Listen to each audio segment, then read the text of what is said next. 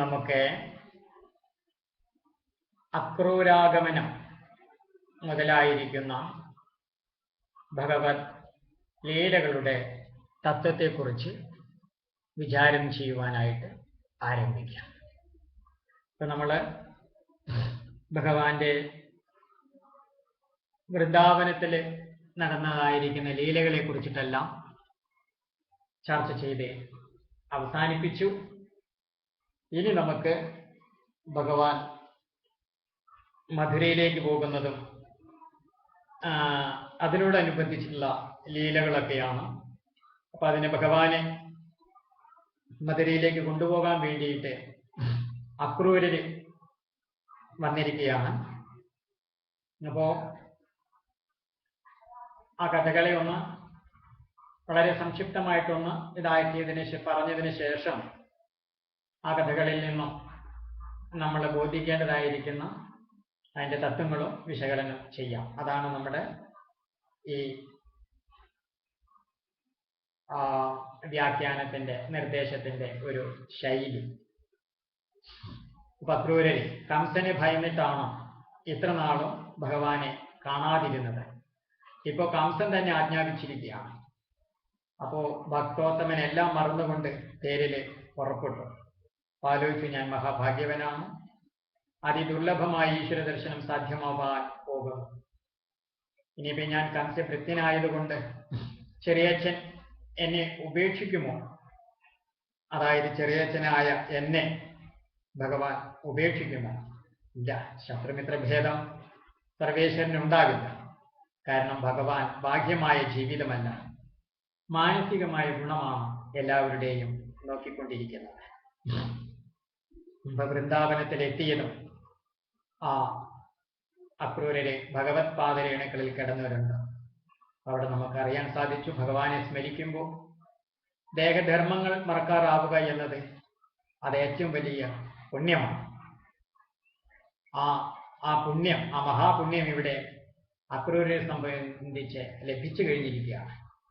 പിന്നെ ഭഗവാനെ നേരിൽ കണ്ടപ്പോഴോ അക്രൂരര് സാഷ്ടാംഗ നമസ്കാരത്തെ ചെയ്തു. കാരണം നമസ്കാരം എന്നത് തന്നെ പൂർണ്ണമായിട്ട് സമർപ്പിക്കുന്നതിൻ്റെ പ്രതീകമാണ്. അപ്പൊ ഭഗവാൻ നല്ലതുപോലെ അക്രൂരരെ സൽക്കരിച്ചു. ഇവിടെ എന്താണ് നമുക്ക് അക്രൂരർക്ക് വൃന്ദാവനത്തിലേക്ക് പോകുവാൻ പറ്റും. വൃന്ദാവനം എന്ന് കണ്ടാൽ നമുക്ക് കേട്ടപ്പോൾ നമുക്ക് മനസ്സിലാക്കുവാൻ സാധിച്ചിട്ടുണ്ട്, ശുദ്ധമായ മനസ്സിന്റെ നിലയാണ് വൃന്ദാവനം എന്ന് നമുക്ക് കാണുവാൻ സാധിച്ചു. അങ്ങനെയുള്ള യഥാർത്ഥ മനസ്സിന്റെ മനഃശുദ്ധി നേടണമെങ്കിൽ, ആത്മവിശുദ്ധി നേടണമെങ്കിൽ അത് അക്രൂരനെ പോലെ ആയാലാണ് ആ ശുദ്ധി നേടുവാൻ പറ്റുകയുള്ളൂ എന്നാണ്. കാരണം അക്രൂരൻ നല്ല ഭക്തന് ഉദാഹരണമാണ്. സന്ധ്യാവന്ദനം, അതുപോലെയുള്ള ഇഷ്ടദേവത ഉപാസന മുതലായിരിക്കുന്ന വൈദിക ധർമ്മങ്ങളെ കുറിച്ചിട്ടൊക്കെ നമുക്കിവിടെ സൂചിപ്പിക്കേണ്ടതായിട്ട് വരുന്നുണ്ട്. കാരണം അതുകൊണ്ടുകൂടിയൊക്കെയാണ് ഇവിടെ അക്രൂരർക്ക് മനസ്സ് ശുദ്ധമായിരിക്കുന്നത്. അത് നമ്മൾ സന്ദർഭം അനുസരിച്ച് സൂചിപ്പിക്കുന്നുണ്ട്. അപ്പൊ ഇവിടെ ഇപ്പൊ ഈ സന്ദർഭത്തില് അക്രൂരനെ ഭഗവാന്റെ അടുക്കിലേക്ക് പോകുവാനുണ്ടായിരുന്ന കംസഭൃത്യനായിട്ട് കൂടി ഉണ്ടായിരുന്ന യോഗ്യത എന്തായിരുന്നു എന്ന് വെച്ചാൽ ഭക്തിയായിരുന്നു. ഗുരുവിലും ഈശ്വരനിലും ശാസ്ത്രത്തിലും ഉണ്ടായിരുന്ന അചഞ്ചലമായ വിശ്വാസം, ഭക്തി. ആ ഒരു ക്വാളിറ്റിയാണ്, ആ ഒരു ഗുണമാണ് ഇപ്പോൾ അക്രൂരരെ ഭഗവാന്റെ മുൻപിൽ എത്തിച്ചിരിക്കുന്നത്. കാരണം ഭക്തന്റെ ഹൃദയമാണ് ഭഗവാന് ഏറ്റവും ഇഷ്ടം. ഭക്തനെ പോലെയുള്ളൊരു ഹൃദയം ഉണ്ടാകണമെങ്കിൽ എന്ത് വേണം? വിഷയചിന്ത ഒഴിയണമെന്നാണ്.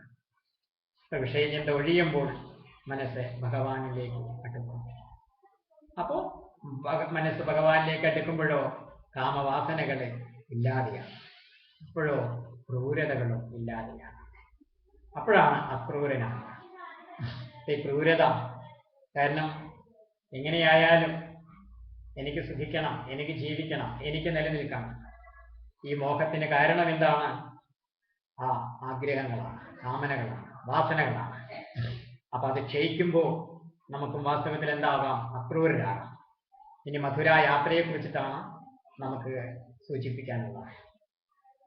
അപ്പൊ ഭഗവാന്റെ ആ സത്കാരം കൊണ്ട് ആനന്ദചിത്തനായ അക്രൂരൻ കംസന്റെ ഉദ്ദേശമെല്ലാം അവിടെ ഭഗവാനെ അറിയിപ്പിക്കുന്നുണ്ട്. ധനുർയാഗത്തിൽ പ്രത്യേകം ക്ഷണിച്ചിരിക്കുന്നത് നന്ദഗോപരെയും അറിയിപ്പിക്കുന്നുണ്ട്. ദൂതൻ മുഖാന്തിരം ആ ഭഗവാൻ മധുരയിലേക്ക് പോകുന്ന വിവരം ഗോപികമാരെല്ലാവരും അറിയുമ്പോൾ അവര് സങ്കടപ്പെടുന്നുണ്ട്. അവര് സങ്കടപ്പെട്ടിട്ട് എന്താ പറയുന്നതെന്ന് നമ്മൾ കേട്ടതാണ് ഒരിക്കൽ. എന്താ ചല്ലയോ ഭ്രമാവേ, അങ്ങയിൽ അല്പവും ദയയില്ല. ജീവന്മാരെ അന്യോന്യം സ്നേഹിപ്പിച്ച് സ്നേഹം പൂർണ്ണമായാൽ അവരെ അകറ്റുന്നു. ഹൃദയം പൊട്ടിക്കരയുന്ന അവരെ നോക്കി 4 മുഖം കൊണ്ടും ബ്രഹ്മദേവൻ ചിരിക്കുന്നു. കണ്ണനെ കവരാൻ വന്നവൻ അക്രൂരനൊന്നുമല്ല, അതിക്രൂരനാണ്. ഹേ ഗോവിന്ദ, അല്ലയോ ദാമോദര, ഹേ മാധവ, ഞങ്ങളെ ഉപേക്ഷിക്കരുത് എന്നെല്ലാം പറഞ്ഞു ഗോപികമാര് ഉച്ചത്തിൽ കരഞ്ഞു, നിലവിളിച്ചു, ഭഗവാനെ വിളിച്ചുകൊണ്ട്. ഭഗവാനെ വിളിച്ച് കരയുമ്പോ എന്താണ്? ഹരി രാമ ഹരി രാമ രാമ രാമ ഹരി ഹരി ഹരി കൃഷ്ണ കൃഷ്ണ കൃഷ്ണ ഹരി ഹരി. അങ്ങനെ ഭഗവാനെ വിളിച്ചങ്ങ് കരഞ്ഞു. അപ്പൊ അടുത്ത് തന്നെ താൻ മടങ്ങി വരുന്ന ഭഗവാൻ അവരോട് അറിയിക്കുന്നുണ്ട്. അങ്ങനെ ഗോരസങ്ങളും അതുപോലെ കൂട്ടുകാരുമായിട്ട് രാമകൃഷ്ണന്മാർ അക്രൂരരോടൊപ്പം ആ മധുരയിലേക്ക് യാത്രയാവുകയാണ്. അപ്പൊ ഗോപികൾ അവിടെ മോഹാലിസ്യപ്പെടുന്നുണ്ട്. പിന്നീട് അവര് ഭഗവത് സ്മരണയാൽ ലൗകിക ക്ലേശങ്ങൾ കൂടാതെ ജീവിതം തുടരുന്നുണ്ട്. അങ്ങനെ അക്രൂരരെ കാളിന്തിയിൽ ഇറങ്ങി മുങ്ങിയപ്പോഴെന്താണ് രാമകൃഷ്ണന്മാരെ അതുപോലെ ആ വൈകുണ്ഠ ദർശനം തുടങ്ങിയവയൊക്കെ അവിടെ കണ്ടതായിരിക്കുന്ന കഥാരംഗം നമ്മളിവിടെ വ്യക്തമായിട്ട് പറഞ്ഞിട്ടുള്ളതായിരുന്നു. അപ്പൊ ഇവിടെ ഈ സന്ധ്യാവന്തന വാസ്തവത്തിൽ അക്രൂരർ എപ്പോഴാണ് ചെയ്യുന്നത്? ഉച്ചയ്ക്കുള്ള മധ്യാഹ്ന സന്ധ്യയാണ്. മധ്യാഹ്ന സന്ധ്യാവന്തനമാണ് ഇവിടെ അക്രൂരൻ നിർവഹിച്ചത്. ആ സന്ദർഭത്തിലാണ് അക്രൂരനെ അവിടെ, കാരണം ഈ രാമകൃഷ്ണന്മാരെ കംസൻ കൊല്ലുമല്ലോ തന്ത്രപൂർവം എന്ന് ദുഃഖിച്ച് ആകെ സങ്കടപ്പെട്ടിരിക്കുകയാണ്. അപ്പൊ ആ സങ്കടത്തിന് ഒരു എന്താ പറയാ മറുമരുന്ന് എന്നുള്ള രീതിക്കാണ് ഭഗവാൻ തന്റെ ദിവ്യമായിരിക്കുന്ന ലീല അക്രൂരെ ബോധ്യപ്പെടുത്തി കൊടുക്കുന്നത്. താൻ ഒരു സാധാരണ ബാലക്കുട്ടിയോ ഒരു ഇടയ ബാലനൊന്നുമല്ല, ഗോകുല ബാലനൊന്നുമല്ല, യഥാർത്ഥത്തിൽ വൈകുണ്ഠമൂർത്തിയായിരിക്കുന്ന നാരായണൻ തന്നെയാണെന്നുള്ള ആ ദിവ്യമായിരിക്കുന്ന ആ സത്യമായിരിക്കുന്ന ആ രഹസ്യത്തെ അക്രൂരനെ വെളിപ്പെടുത്തി കൊടുക്കുകയാണ് ചെയ്തത്. അപ്പൊ അക്രൂരനെ ആ വൈകുണ്ഠ ദർശനവും സാക്ഷാൽ നാരായണമൂർത്തിയുടെ ദിവ്യ ദർശനം ലഭിക്കുവാനുള്ള യോഗ്യത എന്തായിരുന്നു? സന്ധ്യാവന്തനങ്ങളായിരുന്നു.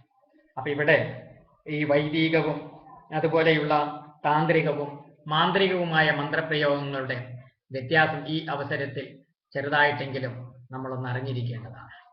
കാരണം വൈദികം എന്ന് പറയുന്നത് വേദസംബന്ധമായിരിക്കുന്ന ധർമ്മമാണ്, ആചാരമാണ്. അപ്പൊ അംഗങ്ങളോടുകൂടി ശിക്ഷാ, നിരുക്തം, കൽപ്പം തുടങ്ങിയിരിക്കുന്ന വേദ അംഗങ്ങളോട് കൂടിയിട്ട് തന്നെ വേദാധ്യയനം നടത്തിയവർക്കാണ് വൈദിക മന്ത്രങ്ങള്, വൈദിക ധർമ്മങ്ങള് ആചരിക്കുവാൻ സാധിക്കുക. കാരണം അപ്പോഴാണ് അവിടെ തെറ്റുകൂടാതെ അത് പ്രായോഗികമാക്കുവാൻ പറ്റുകയുള്ളൂ. എന്നാൽ താന്ത്രികത്തിലും മാന്ത്രികത്തിലും അങ്ങനെയല്ല. ഈ താന്ത്രികവും മാന്ത്രികവുമായിരിക്കുന്ന ധർമ്മം, ആചാരങ്ങള് പൗരാണികവും അതുപോലെ ഗുരുവര്യന്മാരായിരിക്കുന്ന ആചാര്യന്മാരുടെയും പ്രത്യേക നിർദ്ദേശത്തോടും അതുപോലെയുള്ള അവരുടെ ആ ദർശനത്തിന്റെ അനുഭവത്തിന്റെ വെളിപ്പെടുത്തലുകളുമാണ്. അപ്പൊ അതിൽ ആവശ്യമായിരിക്കുന്ന തിരുത്തലുകൾ വരുത്തുവാൻ യഥാർത്ഥത്തിൽ ജീവിച്ചിരിക്കുന്ന ഒരു സന്യാസിക്ക് അധികാരമുണ്ട്. ഇത് നമ്മളൊരിക്കലും വിസ്മരിക്കരുത്. എന്ന് കരുതി അവര് വേദത്തെ തിരുത്താനോ വേദത്തിൽ എന്തെങ്കിലും കൈക്കടത്തുവാനോ ശ്രമിക്കുമെന്ന് എനിക്കൊരു അഭിപ്രായമില്ല. ഇപ്പൊ ഇവിടെ പറയുവാൻ കാരണം, ഇപ്പൊ നമ്മളിവിടെ ദ്രുരാശ്രമത്തിൽ നിന്നും പ്രധാനമായിട്ട് മന്ത്രോപദേശങ്ങളും അതുപോലെ ബ്രഹ്മചര്യം, സന്യാസം, ശ്രീവിദ്യ മുതലായിരിക്കുന്ന പൂർണ്ണവിദ്യകളുടെ ദീക്ഷയുമെല്ലാമാണ് പകരുന്നത്. കാരണം ഇപ്പൊ നമ്മൾ ദീക്ഷ മന്ത്രോപദേശങ്ങളെ നമുക്ക് ആർക്കും കൊടുക്കാം. പക്ഷെ ദീക്ഷ നൽകുമ്പോൾ പരസ്പരം ഗുരുശിഷ്യന്മാർക്ക് ധാർമ്മികമായ ഉത്തരവാദിത്വമുണ്ട്. ഗുരുവിന് ഉത്തരവാദിത്വമുണ്ട്, പിന്നെ ശിഷ്യൻ്റെതായിരിക്കുന്ന ആ ഒരു മുന്നേറ്റത്തില്. അപ്പൊ അതിനെ ശിഷ്യനും അതിന് ധാർമ്മികമായ ഉത്തരവാദിത്വമുണ്ട്. അപ്പൊ ആ ഗുരു ശിഷ്യ പരീക്ഷണമൊക്കെ കഴിഞ്ഞ് തന്നെ ഗുരുവുമായിട്ടുള്ള ദൃഢമായൊരു സൗഹൃദം, ദൃഢമായ ആഴത്തിലുള്ള ഒരു ഗുരുശിഷ്യ ബന്ധത്തിൽ ഏർപ്പെടുന്നവർക്ക് മാത്രമാണ് വാസ്തവത്തില് ഈ ശ്രീവിദ്യ പോലെയുള്ള ദീക്ഷകളും അതുപോലെ സന്യാസം, ബ്രഹ്മചര്യം മുതലായിരിക്കുന്ന ദീക്ഷകളും ഒക്കെ വാസ്തവത്തില് നമ്മൾ പകരുവാൻ പാടുകയുള്ളൂ, കൊടുക്കുവാൻ പാടുകയുള്ളൂ. കാരണം ഇത് സംസ്കാരത്തെ തന്നെ ബാധിക്കുന്ന, സംസ്കാരത്തിന്റെ തന്നെ ധർമ്മങ്ങളാണ് അത്തരം ദീക്ഷകൾ നൽകുന്നതിലൂടെ എന്താ പറയുക വർദ്ധിക്കുന്നതും അതുപോലെ അവയിൽ അപജയം സംഭവിക്കുന്നത്. അതുകൊണ്ട് തന്നെ ഒരു യഥാർത്ഥ സന്യാസിയുടെ സേവനം, അതായത് ജീവിതചര്യ അല്ലെങ്കിൽ തപസ്, അത് നമ്മുടെ സമൂഹത്തിന് ജാതി മത രാഷ്ട്രീയാതീതമായിട്ട് തന്നെയുള്ളൊരു മുന്നേറ്റത്തിന്, അനുഗ്രഹത്തിന്, ഉയർച്ചയ്ക്ക് കാരണമാകുമെന്ന് ഈ അവസരത്തിൽ നമ്മൾ പ്രത്യേകം ഓർക്കേണ്ടതാണ്. കാരണം നമ്മളിനിവിടെ ഈ ദശമസ്കന്ധം കഴിഞ്ഞാൽ പിന്നെ ജ്ഞാനകാണ്ഡത്തെക്കുറിച്ചാണ്, ജ്ഞാനത്തെക്കുറിച്ചിട്ടാണ് ഏകാദശ സ്കന്ധത്തിൽ ഉദ്ധവിനെ കൊടുക്കുന്ന ആ ദിവ്യമായിരിക്കുന്ന ഉപദേശങ്ങളാണ് നമ്മൾ കേൾക്കുവാൻ പോകുന്നത്. അപ്പോഴേക്കും കർമ്മകാണ്ഡത്തിന്റെയും അതുപോലെ ഈ ജ്ഞാനകാണ്ഡത്തിന്റെയും എല്ലാം പ്രസക്തിയും അതിൻ്റെതായിരിക്കുന്ന വ്യത്യസ്തതകളുമെല്ലാം നമ്മൾ അറിഞ്ഞിരിക്കേണ്ടത് അത്യാവശ്യം തന്നെയാണ്. അപ്പോ വൈദികം, താന്ത്രികം, മാന്ത്രികം, അപ്പൊ ഇത് മൂന്നും, ഈ മൂന്ന് ഉപായങ്ങളിലൂടെയും ഈശ്വരനെ ആരാധിക്കുവാൻ, ഈശ്വരനെ ഉപാസിക്കുവാൻ മാർഗമുണ്ട്. അതിൽ വൈദികം ആയിരിക്കുന്ന ധർമ്മത്തെ അലൗകികം എന്നാണ് പറയുന്നത്. കാരണം പശുപുത്ര സ്ഥാനമാനങ്ങൾക്ക് വേണ്ടിയും അതുപോലെ സ്വർഗാദി ലോകപ്രാപ്തിക്കും, സ്വർഗാദി ലോകപ്രാപ്തി എന്ന് പറയുമ്പോൾ വിഷ്ണു, അതുപോലെ വൈകുണ്ഠം, കൈലാസം, മണിദീപം മുതലായിരിക്കുന്ന അതാത് ദേവതകളുടെ ലോകത്തിലേക്ക് പോകുവാൻ വേണ്ടി കൂടിയൊക്കെയാണ് വാസ്തവത്തിൽ വൈദികമായ ധർമ്മത്തെ ആചരിക്കുന്നത്. എന്നാൽ താന്ത്രികം അങ്ങനെയല്ല.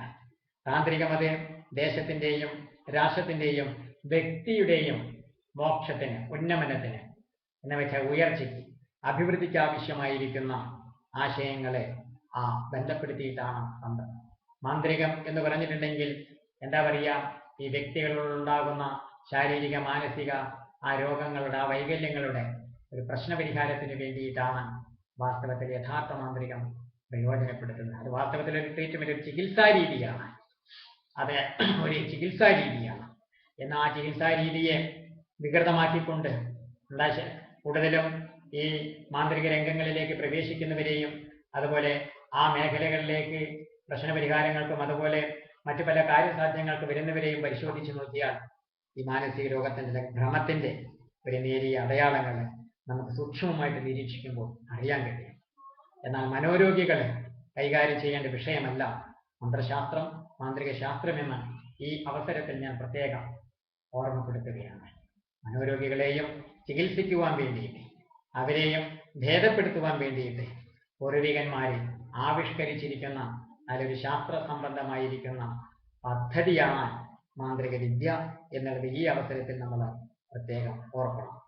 അത് ഇടക്കാലത്തും പലകാലത്തും പലരും അതിനെ ദുരുപയോഗം ചെയ്യുന്നതിനെ മന്ത്രശാസ്ത്രമോ അല്ലെങ്കിൽ യഥാർത്ഥ ഗുരുവര്യന്മാരോ അതിന് കാരണക്കാരാകുന്നില്ല, ഉത്തരവാദികളാകുന്നില്ല എന്നും നമ്മൾ ബോധപൂർവം സ്മരിക്കേണ്ടതാണ്. അങ്ങനെ സന്ധ്യാവന്ദനം സമയത്ത് അക്രൂരൻ അവിടെ അവയുടെ ദർശനവും ഭഗവത് ദർശനവും സാധ്യമായപ്പോൾ കംസൻ ഭഗവാനെ കൊല്ലും എന്നുള്ള ആ ഭയം ഇവിടെ ഇപ്പൊ അക്രൂരിൽ നിന്നും വിട്ട് ഒഴിഞ്ഞു പോയിരിക്കുകയാണ്. അപ്പൊ അക്രൂരരെ ഭഗവാനെ സ്തുതിക്കുന്നുണ്ട്, കരയ്ക്ക് കയറിയ വന്നിട്ടും സ്തുതിക്കുന്നുണ്ട്, അതുപോലെ വെള്ളത്തിലിരുന്നും സ്തുതിക്കുന്നുണ്ട്. അക്രൂരന്റെ സ്തുതിയുടെ പ്രത്യേകത പറയുന്നു. സത്യത്തിൽ ഇവിടെ വാസ്തവത്തിൽ സത്യം എന്ന് പറയുന്നത് എന്താണ്? ബ്രഹ്മമാണ്. കാരണം ത്രികാലാബാധിതം സത്യം. കാരണം മൂന്ന് കാലത്തിലും യാതൊരു മാറ്റവുമില്ലാതെ നിലനിൽക്കുന്നത് എന്തോ അതിനെയാണ് സത്യം എന്ന് പറയാൻ പറ്റും. മറ്റുള്ളവയൊക്കെ അർദ്ധസത്യങ്ങളും ആപേക്ഷിക സത്യങ്ങളുമാണ്, പൂർണ്ണസത്യങ്ങളാകുന്നില്ല. പൂർണ്ണസത്യം അത് ഉണ്ടാകുന്നതോ നശിക്കുന്നതോ അല്ല. അത് എല്ലായ്പ്പോഴും എവിടെയും എല്ലായിടത്തും സദാ പ്രകാശിച്ചു കൊണ്ടിരിക്കുന്ന നിത്യനൂതനമായിരിക്കുന്ന സനാതനധർമ്മം, അതാണ് യഥാർത്ഥ സത്യം. ആ സത്യത്തിലെ നാമരൂപങ്ങളുടെ ഗ്രഹണം ഉണ്ടാകുമ്പോൾ ഭഗവത് സത്തയെ അറിയുവാൻ നമുക്ക് സാധിക്കുന്നില്ല. എന്ന് വെച്ചാൽ ഈ ഇന്നലെ വരെയുള്ള അല്ലെങ്കിൽ കഴിഞ്ഞ നിമിഷം വരെയുള്ള അറിവുകളുടെ, ചിന്തകളുടെ ആ ഒരു ആധിക്യം കൊണ്ട് എന്താണ് യഥാർത്ഥമായിരിക്കുന്ന ആത്മീയ രഹസ്യം, ആത്മതത്വം, ഈശ്വരീയമായ സത്തയെ വ്യക്തികൾ അറിയാതിരിക്കുകയാണ്. വിചാരങ്ങള്, വികാരങ്ങള്, അതുപോലെയുള്ള ആഗ്രഹങ്ങൾ ഇവയെല്ലാം കൊണ്ടും യഥാർത്ഥത്തിൽ നിർഗുണ നിരാകാരമായിരിക്കുന്ന സനാതനമായിരിക്കുന്ന നിത്യസത്യത്തെ പലരും അറിയാതിരിക്കുകയാണ് ചെയ്യുന്നത്. ഭഗവാനെ, അതാണ് അക്രൂരർ ആദ്യം തന്നെ സ്തുതിക്കുന്നത്. പിന്നെ പറയുന്നത് ഭഗവാനെ അവിടുന്ന് സ്വയം ആത്മാവാണ്. ത്രിമൂർത്തികളെല്ലാം അവിടുത്തെ സ്വരൂപം തന്നെയാണെങ്കിലും അവർ ത്രിഗുണങ്ങളിൽ ബദ്ധരായിരിക്കുന്നതിനാൽ അവിടത്തെ അറിയുവാനുള്ള ഒരു ശക്തി, യോഗ്യത, പാകത, പൂർണ്ണത അവർക്കില്ല. നോക്കൂ, പ്രത്യേകം ഓർക്കേണ്ടതാണ്. ത്രിമൂർത്തികൾ കൂടി അറിയുവാൻ പ്രയാസപ്പെടുന്ന തത്വമാണ്, രഹസ്യമാണ് ആത്മബോധം, അല്ലെങ്കിൽ ആത്മജ്ഞാനം, അല്ലെങ്കിൽ ആത്മീയത, അല്ലെങ്കിൽ ആത്മചൈതന്യം എന്നാണ് ഇവിടെ വ്യക്തമാക്കുന്നത്. ഇന്ദ്രിയങ്ങളെ കൊണ്ടറിയുന്നവയെല്ലാം തന്നിൽ നിന്നും അന്യമായ അറിവുകളാണ്. യഥാർത്ഥത്തിൽ യാതൊന്നിനെയും അറിയാത്ത നിജബോധമായ ശുദ്ധ ജ്ഞാനമാണ് ആത്മാവ്. അത് ബോധിക്കണം. അത് ബോധിക്കുവാൻ ഇന്ദ്രിയങ്ങളെ കൊണ്ട് സാധ്യമല്ല. ഇന്ദ്രിയാതീതമാണ്. മനസ്സിനപ്പുറം കിടക്കണം. അപ്പൊ മനസ്സിനപ്പുറം കിടക്കാമോ? ഇന്ദ്രിയാതീതമാകുവാനും വേണ്ടിയാണ് വാസ്തവത്തിൽ നമ്മുടെ സർവ ധർമ്മങ്ങളും ആചാരങ്ങളും അനുഷ്ഠാനങ്ങളും ആവിഷ്കരിക്കപ്പെട്ടിരിക്കുന്നത്. അതിൻ്റെ മഹിമയെ നമ്മൾ ഗൗരവം കുറച്ച് പ്രചരിപ്പിക്കുവാൻ പാടുമില്ല. പിന്നെ ഭഗവാനോട് അക്രൂര് പറയണം, ജലത്തിൽ അനേകം ജന്തുക്കൾ ഉള്ളതുപോലെയും അത്തിപ്പഴത്തിൽ കൃമികൾ ഇരിക്കുന്നത് പോലെയും ലോകപാലകന്മാർ സഹിതം അനേകം പ്രാണികളാൽ പരിപൂർണമായി ഈ ലോകം അങ്ങയിൽ കൽപ്പിതമായിരിക്കുന്നു. ഈ പ്രപഞ്ചത്തെക്കുറിച്ച്, ഈ ലോകത്തെക്കുറിച്ച്, ജീവജാലങ്ങളെക്കുറിച്ച്, മനുഷ്യരെക്കുറിച്ച് എന്താണ് അക്രൂര സ്ഥിതിയിൽ അക്രൂരെ അറിയിപ്പിക്കുന്നത്? ഇവയെല്ലാം അങ്ങയിൽ കൽപ്പിതമാണെന്നാണ് പറയുന്നത്. വാസ്തവത്തിൽ എന്താണ്? യഥാർത്ഥത്തിൽ അങ്ങ് മാത്രം, ആത്മാവ് മാത്രം, ബ്രഹ്മം മാത്രം, സത്യം മാത്രം, ചൈതന്യം മാത്രം, ബോധം മാത്രമേ വാസ്തവത്തിൽ ഉള്ളതായിട്ടുള്ളൂ. അതുകൊണ്ടോ ഈ സംസാരം കൽപ്പിതമാകയാൽ വാസ്തവ സത്ത ഇതിനില്ല. ഇത് സ്വപ്ന പദാർത്ഥം പോലെയാണ്. സ്വപ്നകാലത്ത് മാത്രം യാഥാർത്ഥ്യമായിരിക്കുന്നത് പോലെ ഈ സംസാരം വാസ്തവത്തിൽ എന്താണ്? അജ്ഞാനമുള്ളപ്പോൾ മാത്രമാണ്. ജ്ഞാനത്തിലേക്ക് ഉണർന്നു കഴിഞ്ഞാൽ ഈ ഉണർച്ച, ഇതിനെ ശ്രുതിയാണ് പ്രമാണം. ശ്രുതി എന്ന് പറയുന്നത് ഗുരുവിന്റെ ഉപദേശം തന്നെയാണ്. സന്യാസിയുടെ ഉപദേശത്തെയാണ് വേദാന്തോപദേശം എന്ന് പറയുന്നത്.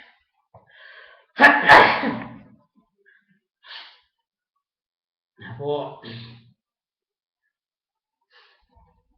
അജ്ഞാനാവബോധം കൊണ്ട് വേണം സംസാരത്തിലെ സുഖദുഃഖങ്ങൾ അത് യഥാർത്ഥത്തിൽ ഉള്ളതല്ല എന്ന് തോന്നില്ല. വാസ്തവത്തില് മനുഷ്യർക്ക് സുഖവും ദുഃഖവും എല്ലാം കൊടുക്കുന്നത് എന്താണ്? കാലം, കർമ്മം, സ്വഭാവം. അപ്പോ അക്രൂര് പറയണ, ഭഗവാനെ, മനുഷ്യർക്ക് കർമ്മഫലം, സുഖവും ദുഃഖവും കൊടുക്കുന്ന ഇത് കാലവും കർമ്മവും സ്വഭാവമാണ്. അതിൻ്റെ എല്ലാം നിയന്താവാണ്. അതിനെല്ലാം നിയന്ത്രിക്കുന്നത് സത്യത്തിൽ ആരാണ്? ഈശ്വരനാണ്, ഭഗവാനാണ്, ആത്മാവാണ്. ഇപ്പോ നമ്മളിവിടെ കണ്ടും കേട്ടും അറിഞ്ഞും പറഞ്ഞും കൊണ്ടിരിക്കുന്ന ഒരു സംഭവത്തെ സുഖിക്കണമോ ദുഃഖിക്കണമോ എന്നുള്ള തീരുമാനം തനിക്കെടുക്കാം, തനിക്ക് സ്വീകരിക്കാം.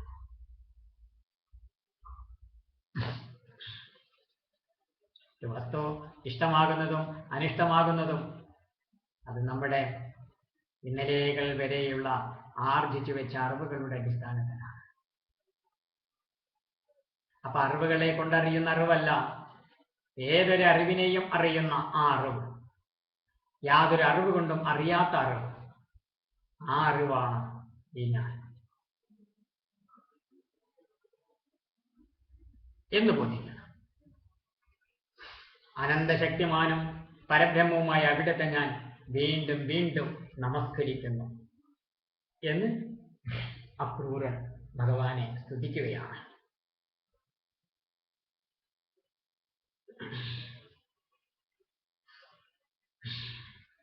അങ്ങനെ അവിടുത്തെ വീണ്ടും വീണ്ടും നമസ്കരിക്കുന്നുണ്ട്. മധുരയിലേക്ക് ഭഗവാനെ കൊണ്ടുപോകാൻ വേണ്ട ഗുണങ്ങൾ എന്തൊക്കെയാണ്? ഗായത്രി എന്ന് വെച്ചാൽ വൈദികമോ താന്ത്രികമോ മാന്ത്രികമോ ഏതെങ്കിലും ആയിക്കൊള്ളട്ടെ, ഏതായാലും ഏതെങ്കിലും ഒരു ഉപാസന, വിപസന, ഏതെങ്കിലും ഒരു ഉപാസന, ഏതെങ്കിലും ഒരു നിത്യ അനുഷ്ഠാനം ആചരിക്കുന്ന വ്യക്തിയായി തീരുകയാണ് ആദ്യം വേണ്ടത്. ഗായത്രി, അതുപോലെ സന്ധ്യാവന്ദനം, അതുപോലെ ഭക്തി, ഇവയെല്ലാം ഈശ്വരനെ അനുഭവിക്കാൻ ഇവയെല്ലാം ഉള്ള ആളായിരുന്നു അക്രൂരൻ. ഇവിടെ അക്രൂരൻ വന്ദനാഭക്തിക്ക് ഉദാഹരണമാണ്. നവതാഭക്തികളിൽ വന്ദനാഭക്തി. ഈ നമസ്കാരം എന്ന് പറഞ്ഞാൽ വാസ്തവത്തിൽ അത് തന്നെ പരിപൂർണമായിട്ട് സമർപ്പിക്കുന്നതിൻ്റെ പ്രതീകമാണ്.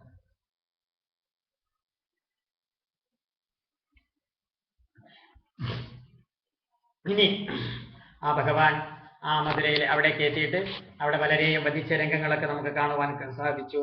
ആ രചകൻ അതുപോലെ ഉള്ള ആ കഥാഭാഗങ്ങളും അവയിൽ നിന്നും നമ്മൾ എന്തെല്ലാം അറിയണം എന്നുള്ളതിനെ കൂടി നമുക്കിനി ഇവിടെ തുടർന്ന് വിചാരം ചെയ്യാം. അങ്ങനെ അവര് മധുരയിലെത്തി. നന്ദാദി ഗോപന്മാർ ഇവർക്ക് മുമ്പേ മധുരയിലെത്തി കഴിഞ്ഞിരുന്നു. അക്രൂരൻ ഭഗവാനെ വീട്ടിലേക്ക് വിളിച്ചപ്പോൾ കംസവധത്തിന് ശേഷമാവാമെന്ന് പറയുന്നുണ്ട്. കംസനെ അക്രൂരൻ വിവരമറിയിപ്പിക്കുന്നുണ്ട്. വിശ്രമത്തിന് ശേഷം അതിമനോഹരമായ മധുരാപട്ടണം കാണുവാൻ ഭഗവാനും കൂട്ടരും ഇറങ്ങുന്നുണ്ട്. സ്ഫടികം പോൽ തിളങ്ങുന്ന ഗോപുരങ്ങളും പിച്ചള പതിഞ്ഞ മതിലുകളും പുഷ്പലരാദികൾ നിറഞ്ഞ ഉദ്യാനങ്ങളും അതുപോലെ ജഗൻ മോഹനമായിരിക്കുന്ന ഭഗവത് സ്വരൂപവും ആ മധുരാപട്ടണത്തിൽ എല്ലാവർക്കും ദർശിക്കുവാൻ സാധിച്ചു. അങ്ങനെ അവരെല്ലാവരും അത്യാനന്ദം അനുഭവിച്ചു. ആ സമയത്തിലാണ് കംസനുള്ള വസ്ത്രങ്ങളുമായിട്ട് രചകൻ വന്നത്. ഭഗവാനും കൂട്ടരും വസ്ത്രം യാചിച്ചു. രചകൻ ധിക്കരിച്ചു. ഭഗവാനോ അവനെ വധിച്ച് ആവശ്യമുള്ളതെടുത്ത് ബാക്കി ഉപേക്ഷിച്ചു. ഒരു തുന്നൽക്കാരൻ അതെല്ലാം അവർക്ക് യോജിച്ച രീതിയിൽ തുന്നി കൊടുക്കുകയും ചെയ്യുന്നുണ്ട്. അവനെ ഭഗവാൻ അനുഗ്രഹിക്കുന്നുണ്ട്. കച്ചവടക്കാരൻ അവർക്ക് പൂമാലകൾ കൊടുത്തു. ഭഗവാൻ അനുഗ്രഹിച്ചു. പിന്നീട് സൈരന്ധ്രിയുടെ കഥയാണ്. കംസനും ഭാര്യമാർക്കുമുള്ള കുറിക്കൂട്ടായിട്ട് പോകുന്ന കുബ്ജ. ഭഗവാൻ, ഹേ സുന്ദരി, നല്ല കളഭം, ഇത് നമ്മൾ കഥ ഇവിടെ വ്യക്തമായി പറഞ്ഞിട്ടുള്ളതാണ്. ഞങ്ങൾക്ക് തരുമോ എന്ന് ചോദിക്കുകയാണ്. അതിനെന്താ സുന്ദര എന്ന് പറഞ്ഞ് ചാർത്തി കൊടുക്കുകയാണ്. അങ്ങനെ ഭഗവാൻ തന്റെ തൃപ്പാദങ്ങളെ കൊണ്ട് അവളുടെ കാലിൽ ചവിട്ടി തൃക്കൈകളെ കൊണ്ട് താടിയിൽ പിടിച്ചു ഉയർത്തി. അങ്ങനെ സുന്ദരിയായി കഴിഞ്ഞ് അവള് മന്മഥ പീഡയാൽ ഭഗവാനെ ക്ഷണിക്കുന്നുണ്ട്. അടുത്ത് തന്നെ വരാമെന്ന് പറഞ്ഞ് ഭഗവാൻ പിരിയുന്നുണ്ട്. അങ്ങനെ തന്റെ അനുഗ്രഹ നിഗ്രഹ ശക്തികൾ ധനുര്യാഗത്തിനു മുമ്പ് തന്നെ മധുരാവാസികൾക്ക് ഭഗവാൻ ഇപ്രകാരമെല്ലാം കാണിച്ചു കൊടുക്കുകയുണ്ടായി. അങ്ങനെ അവർ യാഗസ്ഥലത്തെത്തി. കാവൽക്കാർ വില്ല് തുടരുതെന്ന് പറയും മുമ്പേ വില്ലെടുത്തു. വളയ്ക്കരുതെന്ന് പറയുമ്പോൾ വളച്ചു. പൊട്ടിക്കരുതെന്ന് പറയുന്ന മുമ്പേ പൊട്ടിച്ചു. അങ്ങനെ ഓരോ കഷ്ണം അവർ രണ്ടുപേരും കയ്യിലെടുത്തുകൊണ്ട് അവിടെ ഉണ്ടായിരുന്ന ആ കംസവൃദ്ധന്മാരെയെല്ലാം അടിച്ചു. ആ രാത്രിയിൽ അവര് യശോദാനന്ദന്മാര് കൊടുത്തയച്ച ആ ഭക്ഷണം കഴിച്ച് ഉപവനത്തിൽ കഴിഞ്ഞു. കംസന് കാളരാത്രിയായിരുന്നു നമുക്ക് കേൾക്കാൻ കഴിഞ്ഞു. സ്വപ്നം കണ്ടു. മരണസൂചകമായിരുന്നു ആ സ്വപ്നങ്ങളെല്ലാം. എന്നിട്ട് പ്രേതങ്ങൾ കെട്ടിപ്പിടിക്കുക, മേളിൽ സുശിരസ് കാണാതിരിക്കുക, ഇലകൾക്കെല്ലാം സ്വർണ്ണവർണ്ണം, അങ്ങനെയുള്ള ആ നിമിത്തങ്ങളെല്ലാം രാത്രിയിൽ തന്നെ കംസനെ കാണാൻ കഴിഞ്ഞു. ഇനി തനിക്ക് കൂടുതൽ ആയുസ്സില്ല, നാളില്ല എന്ന് കംസന് വാസ്തവത്തിൽ അറിയുവാൻ കഴിഞ്ഞു. അങ്ങനെ പ്രഭാതമായി, മല്ലരംഗവും സജ്ജമായി. അവിടെ കുവലയാപീഠത്തെ ഭഗവാൻ വധിക്കുന്നുണ്ടല്ലോ, അതാണല്ലോ ആദ്യ തന്ത്രമുണ്ടാകുന്നത്. അവിടെ മല്ലദുന്ദിബി ശബ്ദം കേട്ട് ഭഗവാൻ അങ്ങോട്ട് നടന്നു. അപ്പൊ ഗോപുരവാതിൽക്കിൽ കുവലയാപീഠം, ഗരുഡൻ പാപിനെ എന്ന പോലെ ഭഗവാൻ അതിനെ കൊന്ന് കൊമ്പ് പറിച്ചെടുത്തു. രാമകൃഷ്ണന്മാർ ഓരോ കൊമ്പും ആയുധമായി ധരിച്ചുകൊണ്ട് മല്ലരംഗത്തെത്തി. സഭയിലുണ്ടായിരുന്നവര് അവർ ബുദ്ധിക്കനുസരിച്ച് ഭഗവാനെ കണ്ടു. പറഞ്ഞിട്ടുണ്ടായിരുന്നല്ലോ, ഓരോരുത്തരും ഏത് രീതിയിലാണ് ഭഗവാനെ കണ്ടതെന്ന് നമ്മൾ പറഞ്ഞിട്ടുണ്ടായിരുന്നു. കാരണം മല്ലന്മാർക്ക് പ്രതിയോഗിയായി തോന്നി, കംസനെ കാലനായി തോന്നി, പ്രജകൾക്ക് രാജാവായിട്ട് തോന്നി, കാമിനികൾക്ക് കാമദേവനായിട്ട് തോന്നി, ഗോപാലന്മാർക്ക് സുഹൃത്തായിട്ട് തോന്നി, അച്ഛനമ്മമാർക്ക് ഓമന പുത്രനായിട്ടും തോന്നി, യോഗികൾക്ക് ഓംകാര പൊരുളായിട്ടും, അങ്ങനെ എല്ലാം കണ്ടു. അങ്ങനെ മല്ലന്മാരെയും കംസനെയും എല്ലാം ഭഗവാൻ വധിക്കുന്നതാണ് അടുത്ത രംഗം. ഭഗവാനും പറയുന്നുണ്ട്, ഞങ്ങൾ കുട്ടികളല്ലേ, നിങ്ങളൊക്കെ വലിയവരല്ലേ. അവരെന്താ പറയുന്നത്? 10,000 ആനയുടെ ബലമുള്ള കുവലയാപീഠത്തെ കൊന്ന നിങ്ങൾ ഞങ്ങൾക്ക് സമബലന്മാർ തന്നെയാണ്. യുദ്ധം ചെയ്തേ പറ്റൂ. ചാണുരനും ഭഗവാനും അതുപോലെ മുഷ്ടികനും ബലരാമനും അങ്ങനെ അവര് തമ്മിൽ യുദ്ധം നടന്നു, നല്ല യുദ്ധം നടന്നു. അപ്പൊ കാണികളുടെ ഭയസംഭ്രമാദി വിഷമം കണ്ടപ്പോൾ രാമകൃഷ്ണന്മാരെ അവരെ കൊന്നു. കൂടൻ ശലദോഷലകന്മാരെയും അവർ കൊന്നു. ബാക്കിയുള്ളവരെല്ലാം ഓടിപ്പോയി. അപ്പൊ സഭാവാസികളെ രസിപ്പിക്കാനായിട്ട് ഗോപബാലന്മാരോടും കൂടിയിട്ട് ഭഗവാൻ യുദ്ധം തുടർന്ന് നടത്തി. തുടർന്ന് ലഘിമാവെന്ന സിദ്ധിയാൽ ചാടി കംസനെ കീഴ്പ്പെടുത്തി. സച്ചിദാനന്ദത്തെ മാറിൽ കണ്ടുകൊണ്ട് കംസൻ സാരീത്തിൽ നേടി. ഈ കഥകളെല്ലാം നമ്മൾ കഥ പറയുന്ന സന്ദർഭത്തിൽ വ്യക്തമാക്കിയിട്ടുള്ളതാണ്. കംസാനുജന്മാരെ, കങ്കൻ തുടങ്ങിയവരെ ബലരാമനും കൊന്നു. കംസപത്നിമാരെ ഭഗവാൻ സമാധാനിപ്പിക്കുന്നുണ്ട്. അച്ഛനമ്മമാരെ അവരെ ബന്ധനത്തിൽ നിന്ന് മോചിപ്പിച്ചു, അവരെ നമസ്കരിച്ചു. അവര് പറഞ്ഞിട്ടുണ്ടായിരുന്നല്ലോ, അച്ഛനമ്മമാരെ രക്ഷിക്കാത്ത മക്കൾക്ക് സ്വന്തം മാംസം മുറിച്ച് പിന്നെയും ജീവിക്കാം. ഞങ്ങൾക്ക് അതിനിടവരുത്തരുത്. അച്ഛനമ്മമാരെ അവരെ അനുഗ്രഹിച്ചു. പിന്നീട് അവിടെ ഉഗ്രസേനനെ രാജാവാക്കി. ഉദ്ധവരെ തുടങ്ങിയ യദുമുഖ്യന്മാര് മന്ത്രിമാരായി. മധുര അങ്ങനെ ആനന്ദപൂർണമായി. നന്ദഗോപാദികളെ ഭഗവാൻ വൃന്ദാവനത്തിലേക്ക് തന്നെ അയക്കുകയും ചെയ്യും. ഇതുവരെയുള്ള ആ കഥയുടെ തത്വം നമുക്കൊന്ന് സംക്ഷിപ്തമായിട്ട് ചിന്തിക്കാം. അതായത് എന്താണ് തത്വം? ഇവിടെ ഈശ്വരനെയും പ്രകൃതിയെയും വേർതിരിക്കലാണ് കംസവധത്തിൽ എന്റെ പൊരുൾ അല്ലെങ്കിൽ തത്വം. കാരണം ഈശ്വരന്റെ ഏകത്വം സ്ഥാപിക്കലാണ്. ഇവിടെ രാമൻ വാസ്തവത്തിൽ ആരാണ്? പ്രധാനനാണ്, പ്രകൃതി. കൃഷ്ണനോ പുരുഷനാണ്, ചൈതന്യം. അപ്പൊ കംസൻ എന്ന് പറഞ്ഞാലോ മരണഭയമാണ്. അപ്പൊ കംസനെ കൊല്ലൽ എന്ന് പറഞ്ഞാലോ മരണഭയം ഇല്ലാതാക്കലാണ്. ഈ പറഞ്ഞ 3 തത്വത്തെ തന്നെ എത്ര കാലം വേണമെങ്കിലും നമുക്ക് വ്യാഖ്യാനിക്കാം, വിശദീകരിക്കാം. പക്ഷെ ഇവിടെ അതിന് മുതിരുന്നില്ല. സൂത്രരൂപത്തിൽ തന്നെ കേട്ടാൽ മതി.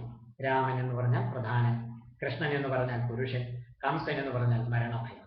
കംസനെ കൊല്ലൽ എന്ന് പറഞ്ഞാൽ മരണഭയം ചെയ്യിക്കൽ. ഇവിടെ ഭയത്തിനു കാരണം എന്താണ്? ഭയത്തിനു കാരണം ശരീരബോധമാണ്. ശരീരബോധം കൊണ്ടോ ഈ സംസാരത്തിലെ ക്ലേശങ്ങൾ ഉണ്ടെന്ന് തോന്നിക്കും.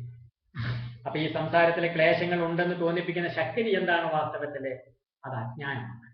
അജ്ഞാനം കൊണ്ടാണ് ഈ സംസാരത്തിലെ ക്ലേശങ്ങൾ ഉണ്ടെന്ന് തോന്നുന്നത്. അപ്പോ ഈ മരണത്തെ കൊല്ലുവാൻ കഴിയണമെങ്കിൽ, നമുക്ക് മരണത്തെ നശിപ്പിക്കുവാൻ കഴിയണമെങ്കിൽ എന്തിനു പറ്റണം? മൃത്യുവിനും മൃത്യുവായിരിക്കുന്ന ആത്മഭാവത്തിലേക്ക് ഉണരുവാൻ സാധിക്കണം. ഞാൻ മൃത്യുവിനും മൃത്യുവായിരിക്കുന്ന അഖണ്ഡ സച്ചിദാനന്ദ ബോധമാണ്. ഇത് സാക്ഷാത്കരിക്കണം, ഇതറിയണം.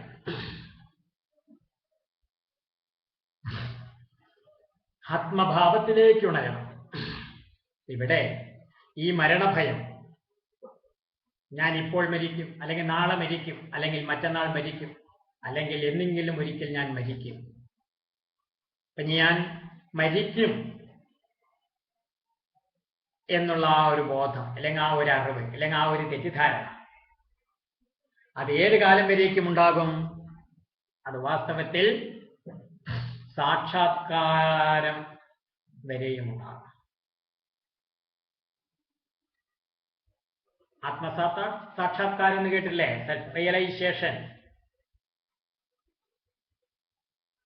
ആത്മസാക്ഷാത്കാരം, അതിന്റെ നിജസ്ഥിതി ശുദ്ധബോധമായിട്ട് പ്രകടമാകുന്നത് വരെയും മരണഭയമുണ്ടാകും. ആ മരണഭയമാണ് മറ്റുള്ള ഏതൊരു ഭയത്തിനും കാരണമാകുന്നത്. ഏത് തരത്തിലുള്ള പേടി? ആ പേടിയുടെയൊക്കെ പിറകിൽ അടിസ്ഥാന വികാരമായിട്ട് കിടക്കുന്നത് മരണഭയമാണ്.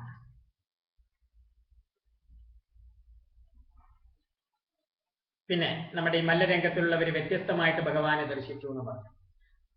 അതായത് അപ്പൊ അവിടെ രണ്ട് ദർശനമാണ് ഇവിടെ പ്രധാനമായിട്ടുള്ളത്. ഒന്ന് സൃഷ്ടി ദൃഷ്ടിവാദവും, കാരണം സാധാരണക്കാര് കാണുന്നത്. പിന്നെ ദൃഷ്ടി സൃഷ്ടിവാദം. ഈ സൃഷ്ടി ദൃഷ്ടിവാദം എന്ന് പറഞ്ഞാൽ സൃഷ്ടിയെ നോക്കി ഉൽപ്പത്തിയെ പറയലാണ്. ഭഗവാൻ അവിടെ ഏകൻ മാത്രമേ ഉണ്ടായിരുന്നുള്ളൂ. പക്ഷെ ആ ഭഗവാനെ തന്നെ സച്ചിദാനന്ദമായും പരബ്രഹ്മമായും അങ്കാരപ്പൊരുളായും കാമുകനായും അതുപോലെ മകനായും എല്ലാമായും കാലനായും ശത്രുവായും മിത്രമായും എല്ലാമായിട്ടും ഓരോരുത്തർ കണ്ടതെന്താണ്? അവരുടെ വാസനയനുസരിച്ചാണ്, അവരുടെ മനോഭാവം അനുസരിച്ചാണ്, അവരുടെ സംസ്കാരം അനുസരിച്ചാണ്. ഇപ്പൊ സൃഷ്ടിയെ നോക്കി ഉൽപ്പത്തിയെ പറയുന്നത് സാധാരണക്കാർ കാണുന്ന ആ സൃഷ്ടി ദൃഷ്ടിവാദമാണ്. പിന്നെയുള്ളത് എന്താണ്? ദൃഷ്ടി സൃഷ്ടിവാദം. അതെന്താണ്? സൃഷ്ടിയിൽ ദർശകാവസ്ഥ. ഇപ്പോ കൃഷ്ണനെ കൃഷ്ണൻ മാത്രമായിട്ട് കാണുവാൻ കഴിയണം. കാരണം കൃഷ്ണനെ മകനായോ ഈശ്വരനായോ അതുപോലെ ശത്രുവായോ കാലനായോ കാമദേവനായോ ഇവയൊന്നും അറിയാതെ കൃഷ്ണനെ കൃഷ്ണൻ മാത്രമായിട്ട് അറിയണം. കൃഷ്ണൻ ആത്മാവാണെങ്കിൽ ആത്മാവായിട്ട്, ബ്രഹ്മമാണെങ്കിൽ ബ്രഹ്മമായിട്ട്. അല്ല, കൃഷ്ണൻ എന്ന് പറയുന്നൊരു വ്യക്തിത്വമാണെങ്കിൽ ആ വ്യക്തിത്വം മാത്രമായിട്ട്. അപ്പൊ ആ വ്യക്തിയോട് തനിക്ക് അടുപ്പവും അകൽച്ചയും വരുവാൻ പാടുകയില്ല. അതാണ് യഥാർത്ഥ ദർശനം. അടുപ്പവും അകൽച്ചയും വരുന്നത് എന്തുകൊണ്ടാണ്? അതെന്റെ മനോഭാവമാണ്, അതിന്റെ സംസ്കാരം അനുസരിച്ചാണ്, വാസനയനുസരിച്ചാണ്.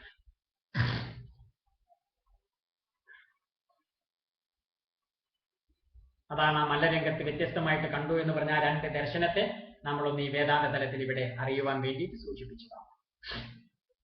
പിന്നീട് മല്ലയുദ്ധം അധർമ്മമാണ്. അതുകൊണ്ടാണ് പലരും പല വഴിക്ക് പോയി എന്ന് നമ്മൾ കഥയിൽ പറയാണ്ടായി. കാരണം അധർമ്മമുള്ള സ്ഥലത്തേക്ക് പോകുന്നത് തന്നെ ആദ്യ തെറ്റ്. ഒരു സ്ഥലത്ത് അധർമ്മം നടക്കുകയാണെന്നുള്ള വിവരം കിട്ടിയാൽ വാസ്തവത്തിൽ നമ്മൾ അങ്ങോട്ട് പോകാൻ പാടില്ല.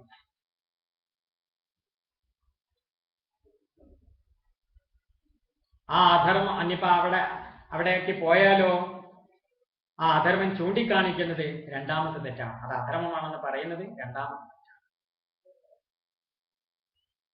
ഇനി അവിടെ പോയി എന്ന് വിചാരിക്കുക, അത് മൗനം പാലിക്കുന്നതോ എന്തെങ്കിലും ആയിക്കോട്ടെ എന്നുള്ള രീതിയിൽ മൗനം പാലിക്കുന്നതോ അത് മൂന്നാമത്തെ തെറ്റാണ്.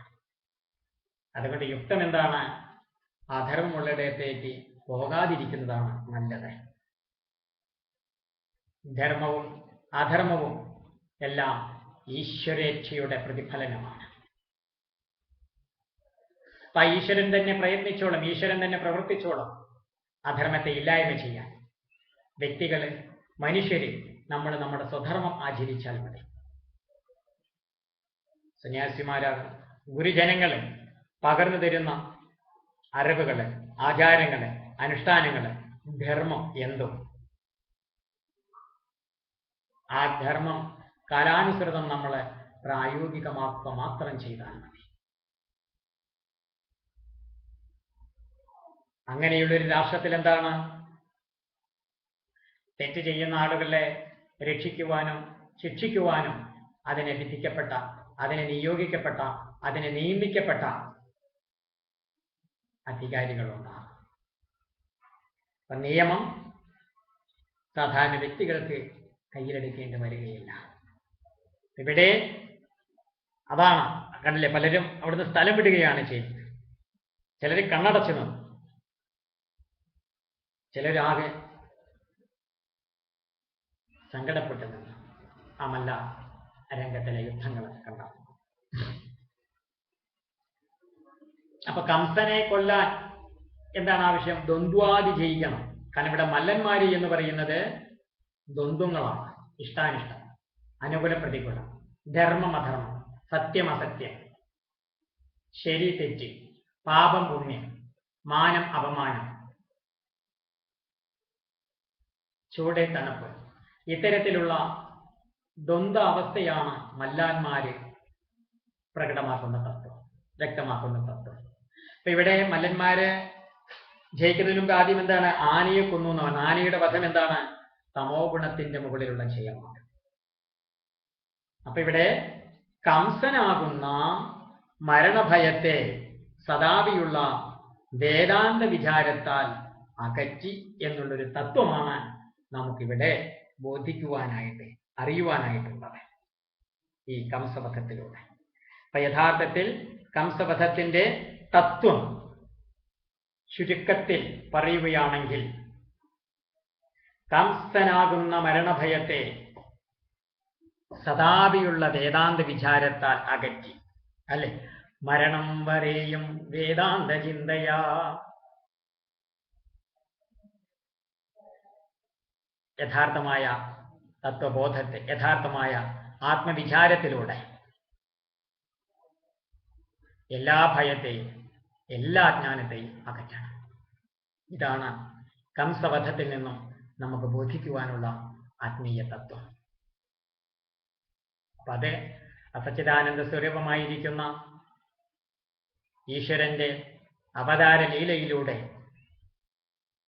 ലീലയുടെ മഹിമ പറയുന്നതോടൊപ്പം ആ അവതാര ലീലയിൽ നിന്നും നമ്മൾ എടുക്കേണ്ട മെസ്സേജ്, സന്ദേശം, തത്വം അതടിവരയിട്ട് നമ്മൾ ബോധിക്കേണ്ടതാണ്.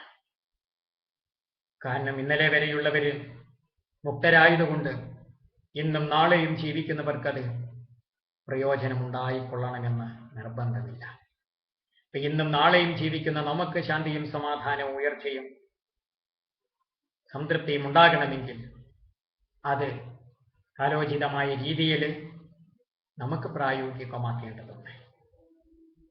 അതിനെ യാതൊരു തരത്തിലുള്ള മുൻവിധികളും അടിമത്തങ്ങളുമില്ലാത്ത ധീരരായിരിക്കുന്ന ഗുരുജനങ്ങളെ ഭാഗവത ധ്യാനം പോലെയുള്ള ഈ പ്രഭാഷണങ്ങളിലൂടെ നമ്മുടെ സദ്ഗ്രന്ഥങ്ങളുടെയും ശാസ്ത്രഗ്രന്ഥങ്ങളുടെയും വികാരങ്ങൾ ആ അറിവുകൾ നമുക്ക് പകർന്നു തരുമ്പോൾ ആ അറിവുകളെ നമ്മൾ നമ്മുടെ ജീവിതത്തിൽ പ്രായോഗികമാക്കുവാൻ പ്രയത്നിക്കുക തന്നെ ചെയ്യണം.